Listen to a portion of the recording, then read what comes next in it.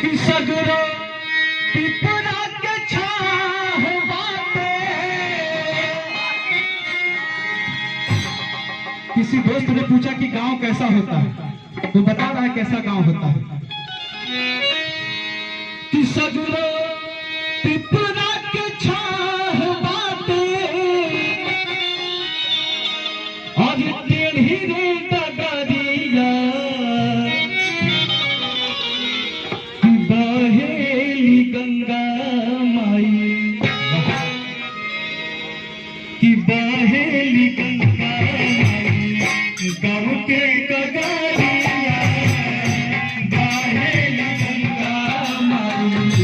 गाँव के गगरिया, बहेली गंगा माई सगरो पिपरा के छाह बाटे, कि सगरो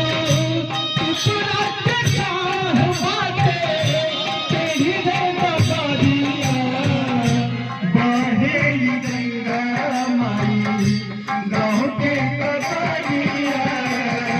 बहेली गंगा माई गाँव के गगरिया, बहेली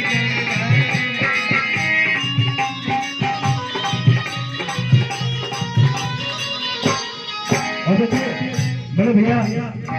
श्री संजय सिंह जी की तरफ से, डॉक्टर रिजवान जी की तरफ से आशीर्वाद आया है, बहुत बहुत धन्यवाद प्रणाम करते हैं। और भैया और जब गांव में सुबह के वक्त भोर में 4 बजे जब किसान हल और बैल लेकर के चलता था, भोर में 4 बजे, तो हम लोग के बचपन में था कि 4 बजे किसान अपना हल और बैल लेकर के जाता था कि हर धात के कान्हावा पर चले जब किसान झूमेला चारों दिशा धरती का गहरा।